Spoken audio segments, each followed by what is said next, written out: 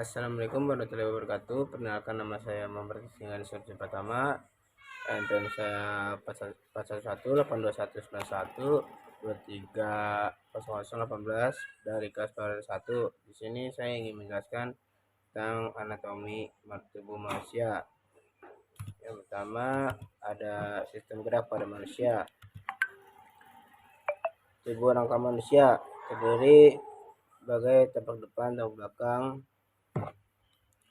Tapak depan ada tulang selangka, tulang lengan atas, tulang rusuk, tulang pengumpil, tulang kasta, tulang paha, tulang betis, tulang kering, tulang tengkorak, tulang dada, tulang punggung, tulang lutut, tulang kaki jari, dan tapak belakang ada tengkorak belakang, tulang pinggul, tulang punggung tangan, tulang telapak tangan, tulang jari tangan. Tulang dibagi menjadi dua. Yang pertama ada tulang, yang kedua di jenis tulang. Bentuk tulang terbagi menjadi 4, yaitu tulang pipa, tulang pendek, tulang pipi, tulang tidak beraturan. Jenis tulang dibagi menjadi 2, yaitu tulang rawan, tulang sejati. Tulang tengkorak manusia terdapat menjadi, yaitu sambungan tulang tengkorak, tulang ubun-ubun, tulang dahi, tulang lapis, tulang air mata, tulang hidung, rongga hidung, tulang pipi, tulang rahang atas, tulang rahang bawah, tulang pelipis, tulang rangga telinga, tulang dahi, tulang mata, tulang serikat hidung, tulang rahang atas, tulang rahang bawah. Selanjutnya ada gangguan pada rangka, terdiri dari 6, yaitu yang pertama ada fraktura, kedua rakitis, ketiga osteoporosis, keempat psikolosis, kelima kifosis, keenam lordosis. Bab 2, otot manusia, fungsi otot untuk menggerakkan tubuh.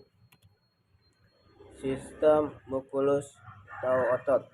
Sistem otot terdiri dari faksia, tendon, otot membentuk 43% berat badan, 1/3-nya merupakan protein tubuh, dan setengahnya tempat terjadinya aktivitas metabolik saat tubuh istirahat.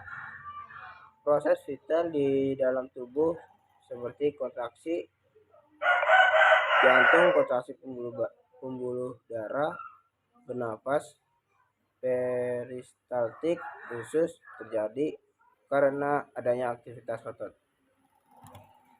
Selanjutnya ada anatomi otot, terbagi menjadi 3. Yang pertama ada kontraktibilitas, yaitu kemampuan otot untuk memendek dan lebih pendek, terjadi ketika otot sedang melakukan kegiatan.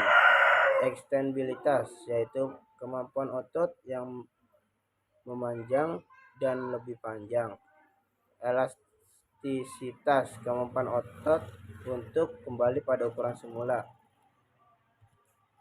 Selanjutnya ada 3 tipe jaringan otot. Yang pertama ada otot polos, kedua otot rangka, ketiga otot jantung. Jenis-jenis otot, yang pertama ada otot lurik,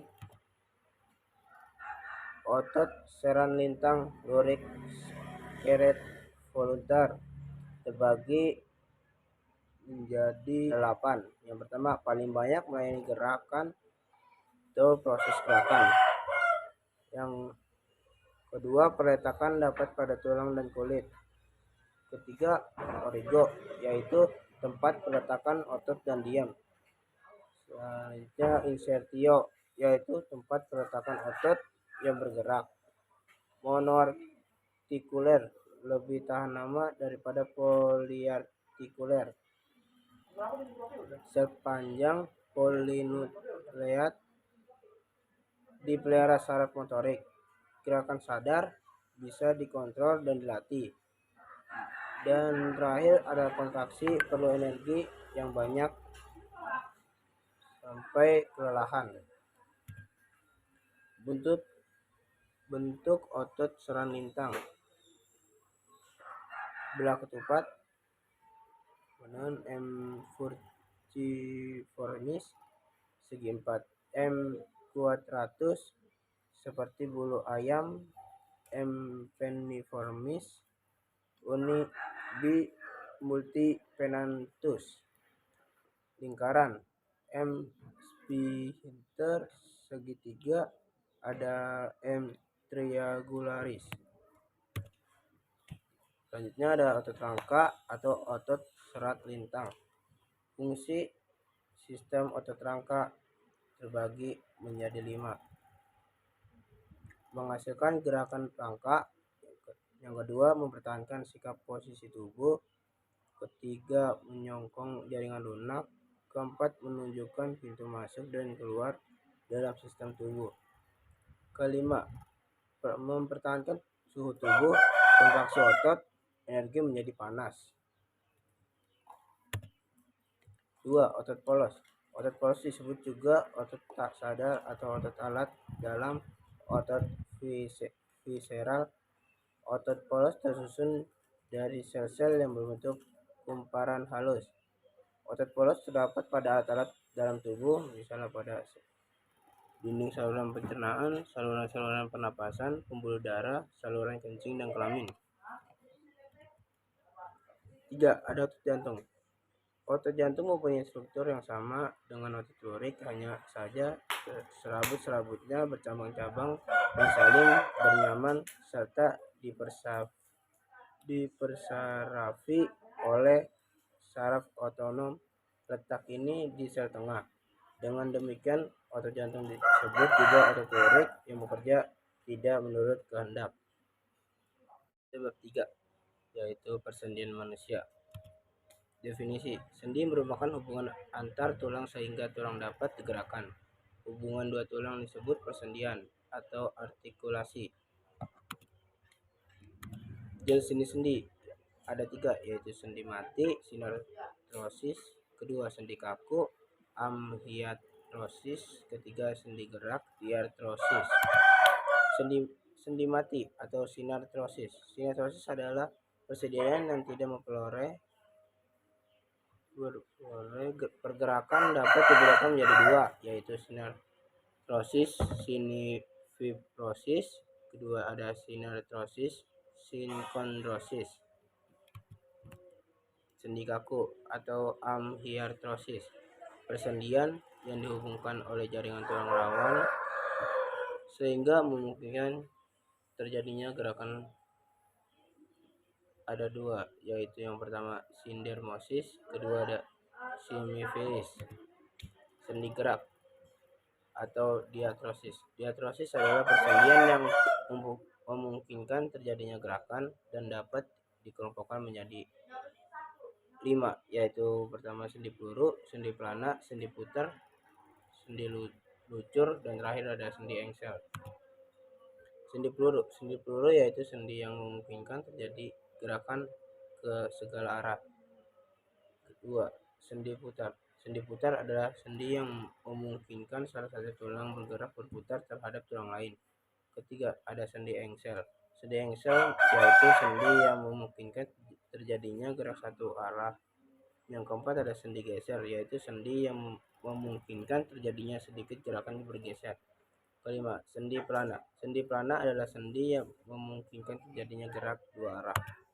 Ligamen dibagi menjadi 3, yaitu berfungsi untuk membagikan sambungan dan menempel pada tulang.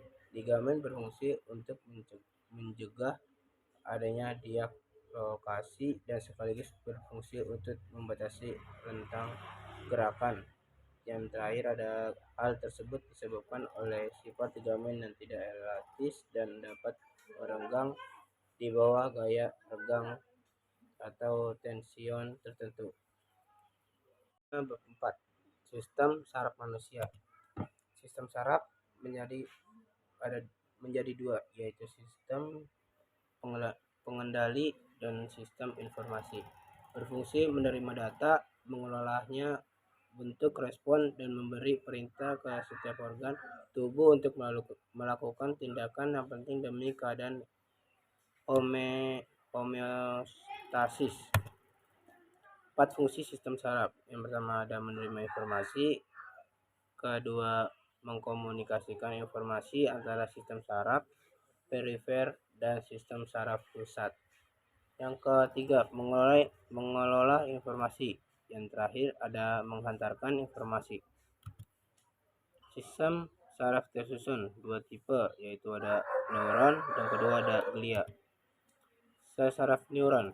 Sistem saraf yang ada pada tubuh manusia terdiri atas unit-unit kecil yang disebut neuron atau sel saraf.